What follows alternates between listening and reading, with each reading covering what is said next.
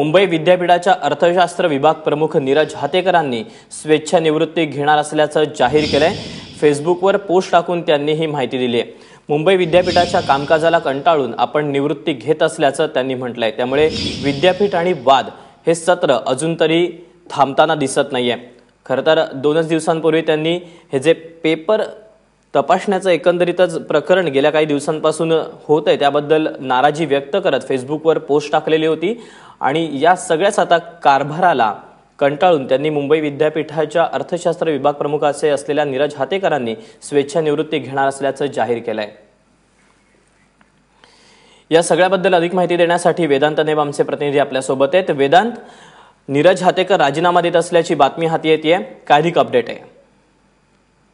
दीपक, नीरज हातेकरांनी 2 दिवसापूर्वी सुद्धा एक पोस्ट टाकली होती। त्यामध्ये त्यांनी सांगितलं की कशा प्रकारे जे आहे ते प्राध्यापकांना जबरदस्तीने पेपर चेक करायला लावलं जातंय। त्यावेळी त्यांनी त्यांचा रोष दाखवला होता आणि आपण सुद्धा एक बातमी केली होती। त्यामध्ये पाहिलं होतं की अनेक प्राध्यापकांना आजारी असलं किंवा स्ट्रेसमध्ये असलं तरी पेपर चेक करावे लागतात, त्यांना एक दबाव टाकला जातोय।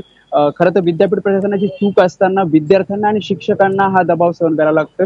त्यामुळे कुठेतरी अनेक शिक्षकांचा रोष आहे। त्यामध्ये आता नीरज हातेकर जे आहे त्यांनी स्वतः स्वेच्छानिवृत्ती त्यांच्या फेसबुक पोस्टवर त्या सिस्टीम बद्दल त्यांनी तर त्यांच्या याच्यावर फेसबुक पोस्टवर त्या सिस्टीम सांगितले आणि त्यामुळे जर आपण या कारभारावर त्यांनी जे आहे त्यामुळे त्यांनी स्वेच्छानिवृत्ती स्वीकारली आहे। त्यासोबत आता नीरज हातेकरांनी हे केले। आता अनेक जे प्राध्यापक आहेत जे ह्या सगळ्या सिस्टीमला कंटाळे आहेत ते सुद्धा समोर येतील आणि ते सुद्धा आता जो रोष आहे त्यांचा समोर आणतील। दीपक,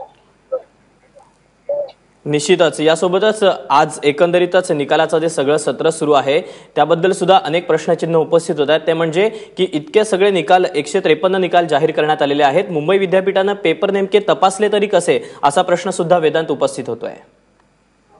नक्की, ज्या प्रकारे 1 लाख पेपर जे आहे ते दर दिवसाला तपासायचे होते आणि जवळपास 5,000 ते 4,000 ते 5,000 शिक्षक जे आहेत ते दर दिवसाला पेपर चेक करायचे।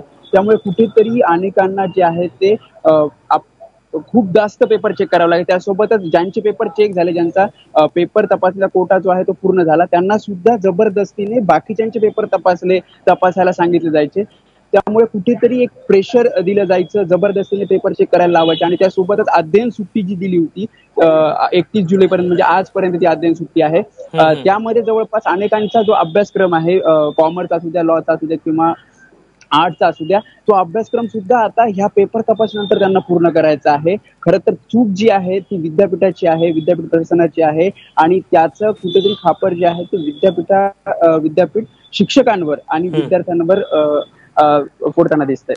निश्चितच, मात्र वेदांत 90% मूल्यांकन पूर्ण झाल्याचं कळतंय, त्यामुळे उर्वरित 10% निकाल आता मुंबई विद्यापीठ केव्हा जाहीर करणार हे पाहणं महत्त्वाचं असणार आहे। तुझ्याकडनं या सगळ्या संदर्भातले अपडेट घेत राहू। तूर्तास धन्यवाद दिलेल्या माहितीबद्दल।